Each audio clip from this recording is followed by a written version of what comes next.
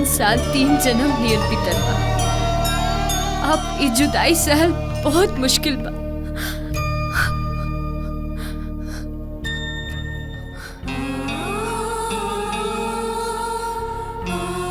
काली लागत ताकि जेल के 4 दीवारी तोहरा के हमरा बिना जेल सिखा दिले से। राधा, हमार तो दुनिया बदल गई। जेल जाके हम काली से कालिया बन गई। हमार खेत हमरा से छीन लेल गई। हमार बहन हमरा के छोड़ के बहुत दूर चल गई, बहुत दूर चल गई। राधा, हमार बहन हमको छोड़ कर चल गई।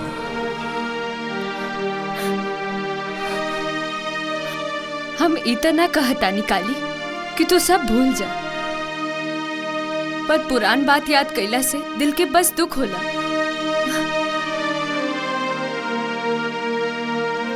काली, हमरा के बहुत डर लागता। ई कमीना लोगन के कोनो भरोसा नहीं के, ना जाने का करी है सर।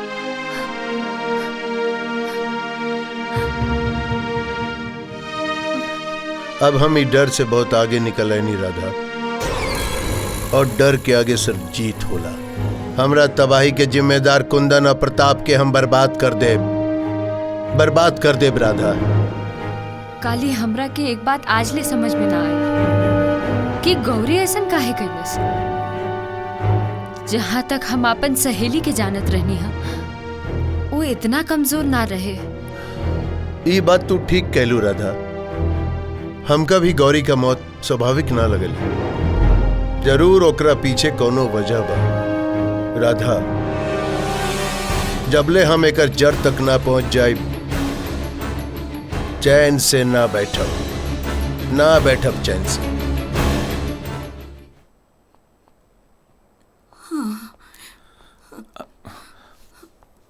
आज तो बड़ा कम भीख मिलल बा। ए जी, इतना कम भीख मिली तो कैसे?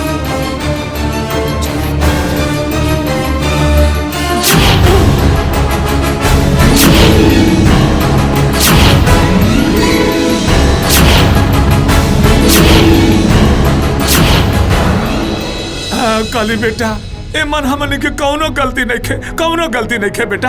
हाँ बेटा, ये खेला में हमने के इस्तेमाल करके भगा दिहल गई। हाँ बेटा, हमने के माफ कर, हमने के माफ कर दे, माफ कर दे हमने के। अगर तोहन लोगन के अपन जिंदगी का भीख चाहिए तो हमका सच्चाई खुल के बतावा। सब बता दे बेटा, सब बता दे। हाँ, सब बता दे।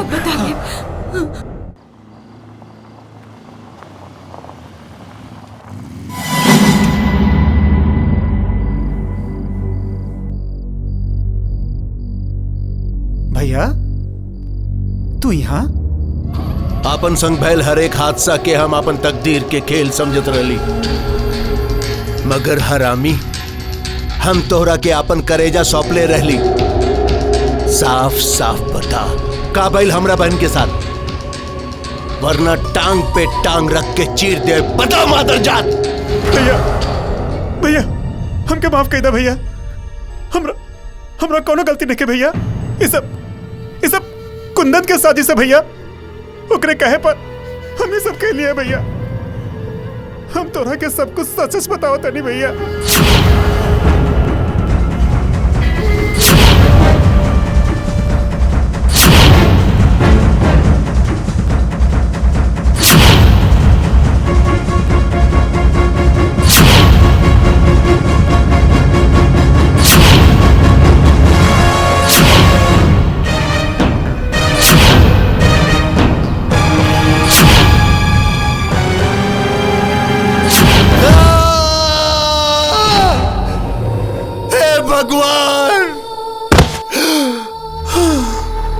भगवान, तू हमरा के एक कैसा दिन दिखौला भगवान, जौना बहन के खुशी के खातिर हम अपन धरती माई तक गिरवी रख देनी।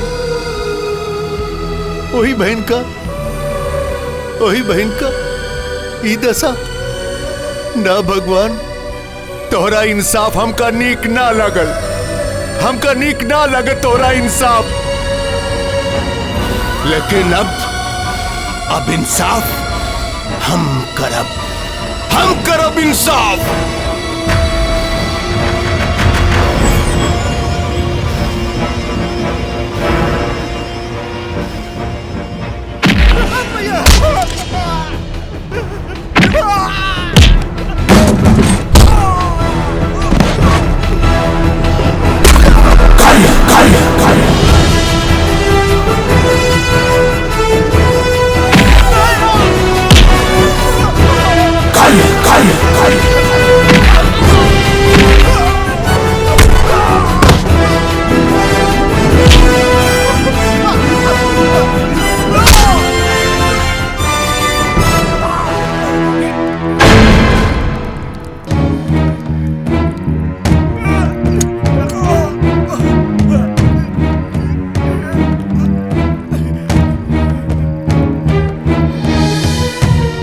हमार बहन के मौत का जिम्मेदार तू भी बाड़े।